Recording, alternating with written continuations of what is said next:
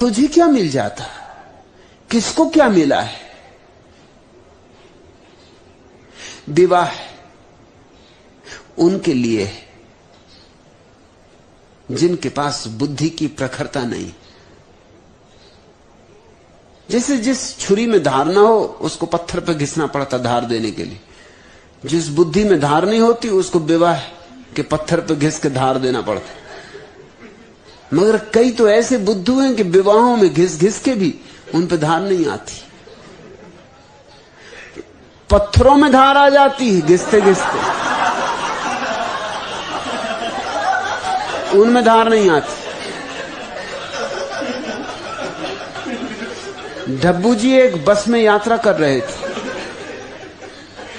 बस में बड़ी भीड़ थी, बहुत भीड़ थी, अतः उन्हें बैठने के लिए जगह नहीं मिली थी। बस खड़े खड़े ही यात्रा कर रहे थे। उनके आगे ही एक सुंदर, आकर्षक और कोमलांगी युवती खड़ी हुई थी। अभी घर से पत्नी से पिट के आए थे, मगर लोग सीखते कहां। बस की भीड़ के कारण डब्बू बार बार उस नवयौवना से टकरा रहे थे जानबूझ के, और उन्हें कुछ आनंद भी आ रहा था उस महिला के संस्पर्श में। अंत में जब उस युवती ने देखा कि यह व्यक्ति तो उसे जानबूझकर धक्के मार रहा है, तो उसे बड़ा क्रोध आया और वह क्रोधित होकर बोली, इस तरह महिलाओं को धक्के मारते हुए शर्म नहीं आती? तुम इंसान हो या जानवर? इस पर डब्बू जी बोले, जी मैं इंसान और जानवर दोनों ही हूं। युवती तो बड़ी चौंकी। उसने आश्चर्य भरे स्वर में पूछा, इंसान हो यह तो समझ में आता, मगर जानवर कैसे? डब्बू जी मुस्कुराते हुए बोले, तू मेरी जान, मैं तेरा वर। अभी घर से पिट के आ रहे हैं।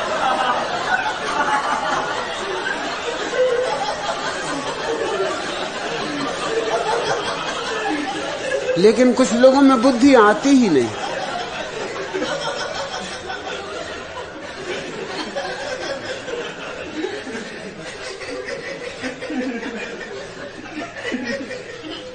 अच्छा हुआ ही ना सन्यास का मार्ग प्रशस्त हुआ,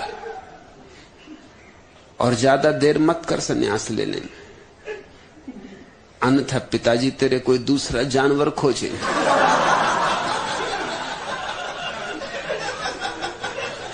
एक जानवर भाग गया, पिताजी इतने से तेरे हताश नहीं हो जाएंगे, वो कोई दूसरा खोजेंगे। तू तो समझ की झंझट मिटी, हो गया विवाह और हो गई बात खत्म। विवाह ही करना हो तो परमात्मा से करो, जुड़ना ही है तो उससे जुड़ो, फेरे ही लेने हैं तो उसके साथ, गांठ ही बांधनी है तो उससे। यहां पागलों से गांठ बांध के भी क्या होगा? इन पागलों के साथ और मुसीबत होगी। खुश हो लेकिन बहुत खुश भी ना हो जाना, क्योंकि कभी कभी खुशी भी बर्दाश्त करना मुश्किल हो जाता है। नसरुद्दीन ने तीसरी शादी की। नई दुल्हन के हाथ का बना खाना जब पहले दिन खाया तो सारा मुंह, जीभ, ओंठ, गाल, गला और यहां तक कि दांत भी कड़वे होठ। किसी तरह उस सब्जी के कौर को वह निकल गया। सोचा कोई बात नहीं। दूसरा और दाल का लिया तो मुंह भनभना गया। मिर्च ही मिर्च थी, दाल का तो नामो निशान नहीं। पेट में जलन होने लगी और आंखों में आंसू आने लगे। वह अपनी इस नई बीबी को नाराज करना नहीं चाहता था, इसलिए बोला, खाना तो बहुत अद्भुत बना है डार्लिंग। नई दुल्हन ने पूछा, फिर आंखों में ये आंसू कैसे? कुछ न पूछो प्रिय, मुल्ला ने बात संभाल ली, ये तो खुशी के आंसू। अच्छा तो और सब्जी दूं या थोड़ी दाल और ले लो? नहीं डार्लिंग, नसरुद्दीन ने रुमाल से आंखें पोंछते हुए कहा, मैं दिल का मरीज हूं, इतनी ज्यादा खुशी एक साथ बर्दाश्त न कर पाऊंगा।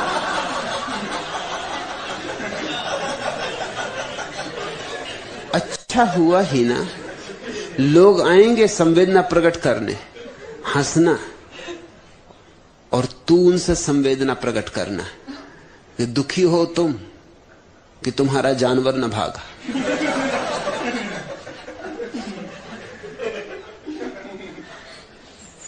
मेरा भाग गया, इसमें दुख का क्या कारण? जरूर लोग आ रहे होंगे। लोग बड़े अजीब हैं, ऐसे मौके नहीं छोड़ते। लोग आएंगे, संवेदना प्रकट करेंगे कि बेटी घबरा मत, दूसरा वर खोजेंगे, इससे भी अच्छा जानवर खोजेंगे। ये तो कुछ भी न था।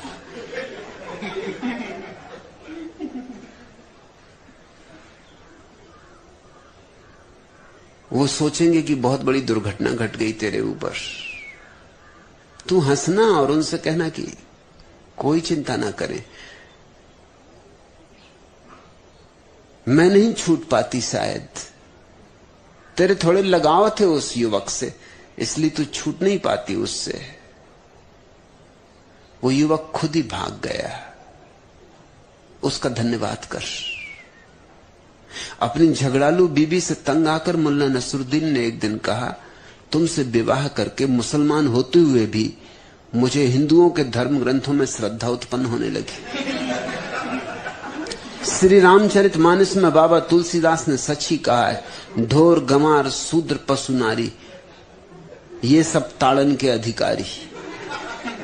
रामायण की इस चौपाई में मेरी भी पूरी श्रद्धा है, गुलजान बोली, क्योंकि 5 चीजों में से मैं तो सिर्फ नारी ही हूं, बाकी 4 तो आप।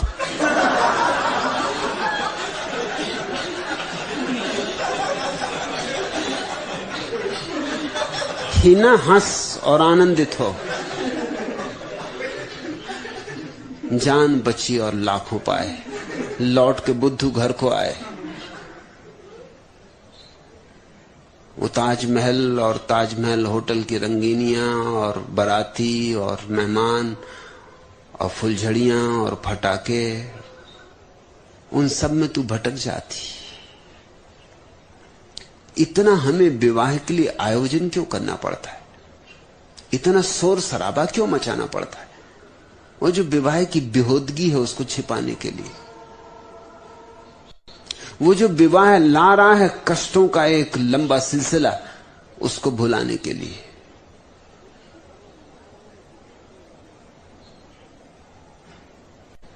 दूल्हा को बिठा देते हैं घोड़े पर, जो कभी घोड़े पर नहीं बैठा,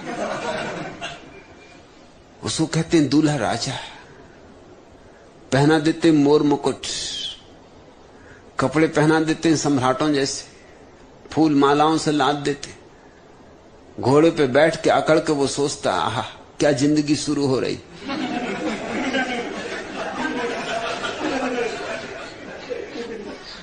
अरे घोड़े से पूछ कि ऐसे कितने बुद्धुओं को पहले भी पार करा चुका है। इसलिए तुमने देखा कि भारतीय फिल्में, शहनाई बजी, घोड़ा चला, बारात निकली, बैंड बाजे बजे, पंडित पुरोहित ने मालाएं पहनाई और एकदम से दी एंड हो जाता। क्यों एकदम शहनाई बजती है और फिर दी एंड, अंत आ जाता? उसका कारण है कि उसके बाद की कथा कहने योग्य नहीं। उसके बाद जो होता है उससे भगवान ही बचाए। जया, तू तो चिंतित नहीं है, मुझे पता है, लेकिन तेरी चिंता बेटी के लिए स्वाभाविक है। तू तो जीवन के अनुभव से सीखी है, परिपक्व हुई है। तुझे तो एक प्रौढ़ता मिली, वही प्रौढ़ता तो तुझे मेरे पास ले आई है। उसी प्रौढ़ता ने तुझे सन्यास के जगत में प्रवेश दिलवाया। और दूसरों का सन्यास इतना कठिन नहीं है जितना जया का है, क्योंकि जया के पति सन्यास के दुश्मन है। इसका मतलब है कि कभी न कभी सन्यासी होंगे। दुश्मन है इसका मतलब मुझसे नाता जुड़ गया है, सोचते हैं मेरी, विचार करते हैं मेरी, गालियां देते मुझे, चलो गाली के बहाने, लेकिन मेरा नाम तो लेते हैं। उस नाम में खतरा है। ऐसे सोचते रहे तो नाम घर कर जाएगा। होंगे सन्यासी एक दिन, मगर जया को जितना कष्ट दिया जा सकता है, एक बार तो घर से ही निकाल दिया। तो कोई महीने 15 दिन जया आके आश्रम में रही, बिना कुछ लिए दिए घर से बाहर फेंक दिया कि अगर सन्यासी रहना तो इस घर में नहीं रह सकती। तो जया जानती है कष्ट, लेकिन जया उसके लिए भी राजी थी। तो तुम सोच सकती है हिना कि पति को छोड़ने को राजी थी तेरी मां, बच्चों को छोड़ने को राजी थी तेरी मां, जिनसे उसका बहुत प्रेम है, तुझे छोड़ने को राजी थी और तेरे लिए उसका बहुत लगाव है, लेकिन सन्यास छोड़ने को राजी नहीं थी। तो जो जिंदगी ने नहीं दिया है वो सन्यास ने दिया होगा। अच्छा हुआ तू सन्यासी बन। और जब जया को तेरे पिता नहीं हरा पाए तो तुझे क्या हराएंगे? थोड़े परेशान होंगे, शायद ना भी हो। शायद तेरा सन्यास उनके जीवन में भी रूपांतरण का कारण बन जाए। निमित्त क्या बन जाए कुछ कहा नहीं जा सकता। कौन सी छोटी सी बात निमित्त बन जाएगी। एक तिनका कहते हैं ऊंट को बिठा देता। मनोबोझ था और ऊंट नहीं बैठा, और एक तिनका और ऊंट बैठ गया। बस उतने ही तिनके की कमी थी। हो सकता है तेरा सन्यास उनके जीवन में भी एक नया द्वार खोल दे, इसलिए भयभीत ना हो। और ध्यान रखना कि मेरा सन्यास प्रेम के विरोध में नहीं है, मेरा सन्यास जीवन के विरोध में नहीं है। सन्यास के बाद भी तेरे जीवन में अभी प्रेम उठे तो प्रेम को जीना कोई मना ही नहीं है। सन्यासी हो गई तो कभी तू प्रेम को न जी सकेगी, ऐसा नहीं। सन्यासी होने का अर्थ ही है कि अब हम पूरे प्रेम को जिएंगे, समग्रता से जिएंगे। लेकिन विवाह की भाषा में सोचो ही मत। अगर प्रेम की छाया की तरह विवाह घट जाए तो एक बात है, लेकिन यह आशा छोड़ दो कि विवाह के पीछे प्रेम चलेगा। विवाह के पीछे प्रेम नहीं चलता। विवाह से प्रेम का क्या संबंध है? प्रेम के पीछे विवाह चल सकता है, लेकिन इससे उल्टा नहीं होता। और हम इससे उल्टा ही करने में लगे। हम पहले विवाह करते हैं, हम सोचते हैं कि विवाह होगा फिर प्रेम होगा। बस हमने गाड़ी के पीछे बैल जोत दिए। अब न गाड़ी चलेगी न बैल चलेगी। बैल नहीं चल सकते गाड़ी की वजह से, क्योंकि गाड़ी आगे जुती। और गाड़ी कैसे चले? क्योंकि उसके आगे बैल नहीं। अब एक कलह शुरू हुई। बैल गाड़ी के आगे होने चाहिए तो गाड़ी चल सकती है। प्रेम सूत्र है, अगर उसके पीछे विवाह आ जाए तो ठीक, अनिवार्य भी नहीं है। प्रेम बिना विवाह के भी जिया जा सकता है। सच तो यह है, विवाह कुछ ना कुछ प्रेम में अड़चने डाल देता है, क्योंकि विवाह के साथ आती हैं अपेक्षाएं, विवाह के साथ आता है आग्रह, विवाह के साथ आता है एक दूसरे पर दावेदारी का रुख, विवाह के साथ आती है राजनीति कि कौन मालिक, कौन प्रमुख। पुरुष समझता है कि वो खास है, स्त्री में क्या रखा है, स्त्री तो नरक का द्वार है। और पुरुष समझता है वो बलशाली है, इसलिए स्त्री को दबाने की हर चेष्टा करता है, मालकियत जमाने की पूरी कोशिश करता है। उसी मालकियत जमाने में प्रेम मर जाता है। प्रेम तो फूल जैसी नाजुक चीज है, इस पे जोर से मुट्ठी बांधोगे मर जाएगा। और स्त्री भी पीछे नहीं है कुछ पुरुष से, वो उसकी अलग तरकीबें।